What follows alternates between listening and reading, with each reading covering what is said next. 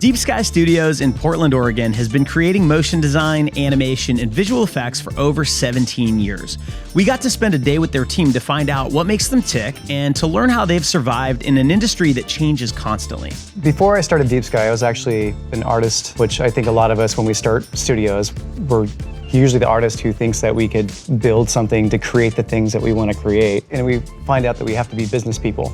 I came to Portland contracting, kind of moonlighting, and I took on more work and I hired people. And somehow a studio started and I had this idea that, okay, well, I'll get an office and the work will just come. And it doesn't work that way, but that is how we started. The studio has grown from those humble beginnings to a team of 22 people working with clients from all over the world. Portland's known as Silicon Forest. Of course, you have a lot of outdoor apparel tech companies and a lot of manufacturing. There's quite the hub of different types of companies all around Portland. And just over the years, it grew to expand throughout the lower 48 and then eventually overseas.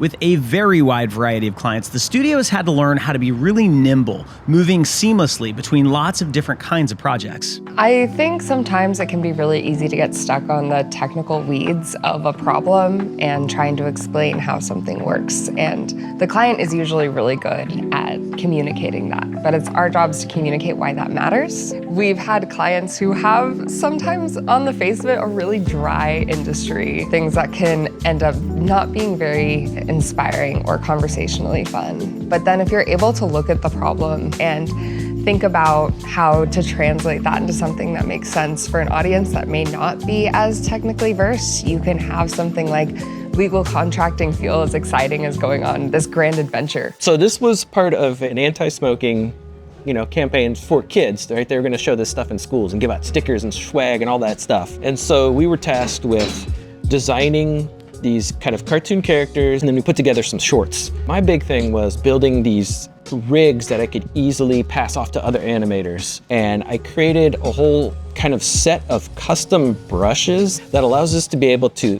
animate without having to redraw things over and over. So it's a really efficient process. So like, for instance, his, like esophagus here, like that, it is a single stroke. And so we're able to go in and manipulate these things super quickly. Oh, I need to make his leg bend, and then I can easily go in and bend it, and move the parts around to get what I need. The team at Deep Sky believes that creating memorable work is about more than just technical excellence. It's about understanding the emotional impact of what they create. People are just looking for honest emotion, and when you're being flooded with cues or dopamine, it's like the brain is just responding differently. Sometimes we have shots that are the heavy dopamine hits. Other shots are to build empathy or engaging through serotonin. There's a lot of interesting things about brain science when you're focusing on telling stories through the kind of mediums that we do. Deep Sky's work ranges from traditional motion design to very complex 3D visualization, live action integration, and even virtual production.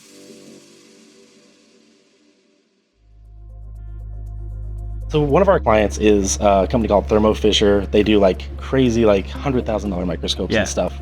And a lot of the times they come to us to, show off one of the new products. So I've done a lot of different chip animations, but You're the chip guy now. Yeah. You're being pigeonholed. but this is one of my favorite ones. That's awesome. All right, cool. So let's check out the cinema setup, because God, there's a lot of geometry on the screen right now. Oh yeah. So this is the scene. Holy cow. It's pretty beefy. Lots of cloners, lots of little bits that are kit bashed from other, more complicated pieces. And this is the main chip here that comes down. Really pretty straightforward. This is just animated and slams down. And then when it slams down, I timed it with a whole bunch of MoGraph effectors and stuff. So this is the main piece, that kind of explosion that happens. Right, and that's driving a little Y position kind of. Yep. You can kind of see that they get pushed up a little bit. Yeah. And there's like a floor plane, so they get pushed up through the floor a little bit. It looks really good. Okay, cool. And then I was also looking at those little trails. The edges of these cubes have a different material on them, which is like this glowy material, which you can see in here. Oh, okay. So that's how you're getting that kind of radial thing. Yeah. Animation is something that's much larger than the sum of its parts. You can start with an incredible illustration, you can have a really talented animator, you can have music that sounds really great. And if you are able to combine those things in a way that makes sense, you create this secret third thing that becomes its own like chemical reaction. This is the vehicle I made for Sick New World. Gabby sent me this 2D design that she wanted to have made into 3D. So I took this design and modeled it out in 3ds Max, and then I laid out the UVs and brought it into Substance Painter, where I applied the materials and made it look how they wanted it. It was used for a teaser for them, and it shows the vehicle. You might be thinking to yourself, this sounds like a really sweet gig. So what skills do you need in order to get hired by a place like Deep Sky? When we're hiring for a certain position, there's usually just one software you gotta know, right? If you're a motion designer, it doesn't matter to us if you know a little bit of Maya, Houdini, C4D, or Blender. In the end, like if you're primarily working in After Effects, that's perfectly fine. I live, work, breathe in After Effects. It would seem to be taboo, but I do design even in After Effects a lot. This is a toolkit, which a lot of clients often ask us for toolkits. They want something that is modular, but can appear organic and make the important parts changeable, be it like logos and messaging, things like that. And you can change how long it is. You can daisy chain elements together.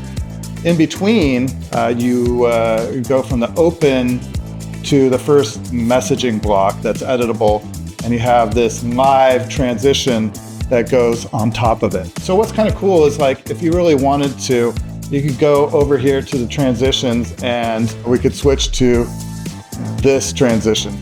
I think the most important thing with all these new tools coming out is that taste that you develop over time. Because anybody could go in now and make some keyframes and mood boards and they could look like crap if you don't have that kind of like, I don't know, that je ne sais quoi, the taste of like what makes an image like memorable. In the space I'm in a lot is listening to the client and hearing kind of what they need and how to kind of build on that initial like seed of an idea. It's not always comes through words or, you know, through an email.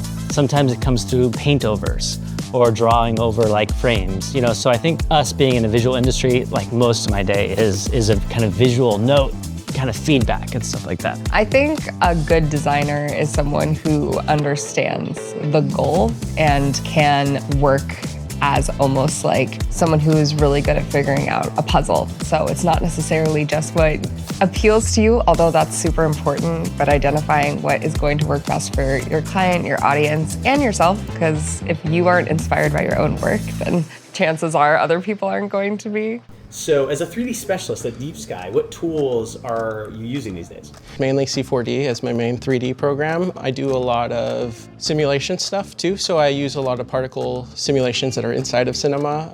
I also do some Houdini. Everything is 3D. Okay. I am using optical flares for my flares. But yeah, everything was made in Cinema. So I made a couple of simulations in Cinema, just particle effects. Oh, that's sick. And I slowed it down and retimed it for specific parts.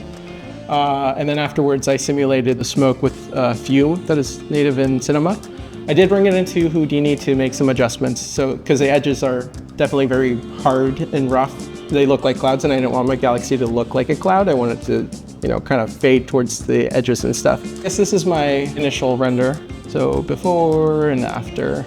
Not a lot of difference. I feel like I put a lot of effort within the render engine in Cinema to get where I was happy with, so. I have like a glow behind that pyramid, so you must have had like a mat for that. That actually, it's in the render. Just when I pushed some of my settings, it just like popped it in there. So I really didn't do that on purpose. Oh, interesting. You know, there's always those little like happy accidents. That's crazy, because in the initial render, you can't even see it. Yeah, you can't even see it. And this seems like a little more old school, right? So what kind of animation is this?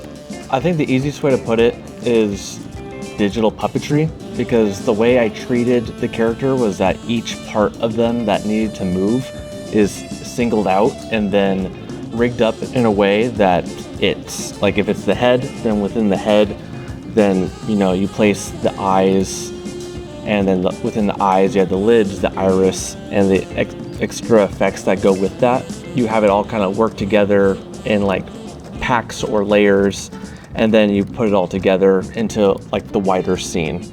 It's like digital stop-mo, in a way. As the industry continues to evolve with new technologies and changing audience expectations, Deep Sky remains focused on creating meaningful work that connects with viewers on an emotional level while delivering results for their clients. Our goal here is, one, we do want to continue creating great work and changing with the industry, but also want to keep all my employees around and keep them all here. That's really important to me. I think sometimes budgets and timelines can get looked at as these like scary limitations, but I am always really grateful for them in the end, because that is kind of like the sandbox that we get to play inside of. Every project is an opportunity to kind of push ourselves technically and artistically. Things have evolved so much the past year that I can't just think about what's happening 2 years from now. I got to think about like, where are we going to be at in 6 months? Be brave, put yourself out there, do something that challenges yourself. Think about what you want. Don't be afraid to say it. Have an opinion and be bold, surprise us.